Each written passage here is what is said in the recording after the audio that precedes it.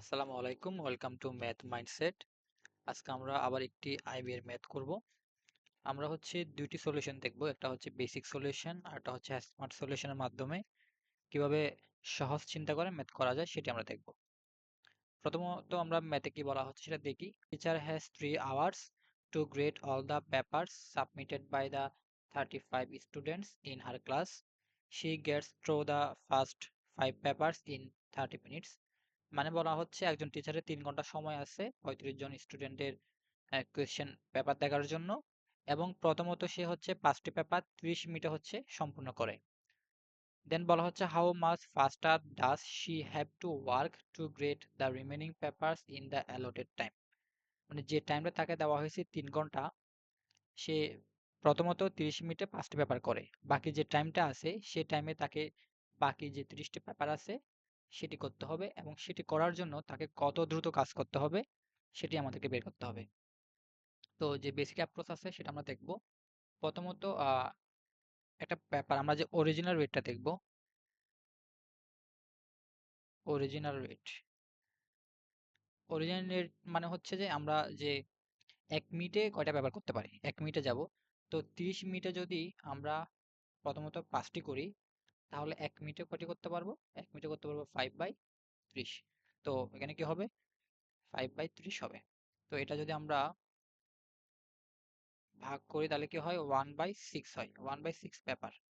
এটা কিভাবে? এটা হচ্ছে পার মিনিটে, পার মিনিটে, পার মিনিটে আমরা এটুকু ফার্স্টে করেছিলাম। তাহলে আমাদের যে পরবর্তী যে রেটটা আছে সেটা কি হবে? পরবর্তী রেটে আমাদের পেপার আছে 5টি চলে গেছে, তাহলে আর কি আছে? 35টি পেপার আছে। হ্যাঁ, 35টার মধ্যে 5টি চলে গেছে, তাহলে আর কি আছে? 30টি পেপার আছে। 30টি পেপার আমরা যেহেতু 30 মিনিট চলে গেছে, 3 ঘন্টায় আমরা জানি 3 ঘন্টায় হচ্ছে কত? 3 ঘন্টা হচ্ছে 180 মিনিট। এখান থেকে হচ্ছে 30 মিনিট চলে গেছে, তাহলে আমাদের হাতে আছে আরো 150 মিনিট, ঠিক আছে? তাহলে আমরা 150 দিয়ে ভাগ করব, তাহলে কি পাচ্ছি? তাহলে আমরা পাচ্ছি 1/5 পেপার। এটা কি পার মিনিটে। তাহলে আমাদের যে এখন রেটটা আছে, পার্সেন্টেজ ইনক্রিজ রেটটা আছে, সেটা হচ্ছে কি? আমরা দেখতে পাচ্ছি এখানে কি, এখানে হচ্ছে মিনিট সংখ্যা হচ্ছে ইনক্রিজ, মানে স্পিডটা ইনক্রিজ হবে, মানে 1/5, এখানে হচ্ছে 1/6। তাহলে এটা যেহেতু ছোট, 1/6 হচ্ছে ছোট, 1/5 হচ্ছে বড়, মানে বেশি স্পিড আর কি। তাহলে 1/5 থেকে আমরা 1/6 বিয়োগ করলে এটা পাচ্ছি হচ্ছে ইনক্রিজ, এটা পাচ্ছি। তো ইনক্রিজটা কোত্থেকে হয়েছে? ইনক্রিজ বাড়ছে, তো ছোট থেকে বাড়ে। তাহলে আমরা ভাগ করে দিব 1/6 দিয়ে। এটাকে আমরা এখানে লিখতে পারি, যে রিটার্ন লিখি ইনক্রিজ রেট লিখতে পারি, পার্সেন্টেজ ইনক্রিজ রেট লিখতে পারি। তাহলে লিখলে এখানে উপরে কত হচ্ছে? উপরে হচ্ছে 1/5, 1/6। তাহলে 1/5 × 5 = 30, 30 থেকে হচ্ছে 6 বিয়োগ 5 করলে 1/30 হয়। আর নিচে যেহেতু 1/6 আছে, তো এটা যদি গুণ করে, ভাগকে যদি গুণ করে, তাহলে কি হবে? উল্টে যাবে, ঠিক আছে? তাহলে উল্টে গিয়ে কি হচ্ছে? 6/1 হচ্ছে। তো কাটাকাটি করলে হচ্ছে 1/5 হচ্ছে। তো 1/5 কে যদি আমরা পার্সেন্টে প্রকাশ করি তাহলে ইনটু 100 হবে, এবং গুণ করলে হচ্ছে কত হচ্ছে? 20 হচ্ছে। তার মানে হচ্ছে 20%। তো আনসার হবে 20%। তো এটা হচ্ছে বেসিক অ্যাপ্রোচ। আমি হচ্ছে আরো গুছিয়ে লেখা প্রয়োজন ছিল, আমি লিখিনি, কারণ আমরা এই অ্যাপ্রোচে করতে গেলে অনেক সময় লাগবে। একটা ম্যাথ করার জন্য সাধারণত আমরা এত সময় পাই না। তো তো এটার হচ্ছে স্মার্ট অ্যাপ্রোচটা কি হতে পারে সেটা আমরা দেখব।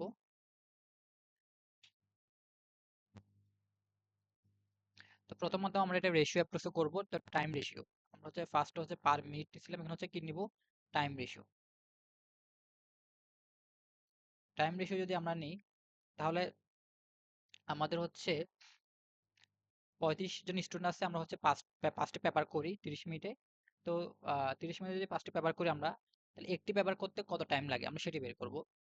তো 5টি পেপার করতে যদি 30 মিনিট লাগে, একটি পেপার করতে আমাদের কম সময় লাগবে, তার মানে 30/5। তাহলে আমরা এখানে লিখবো 30/5।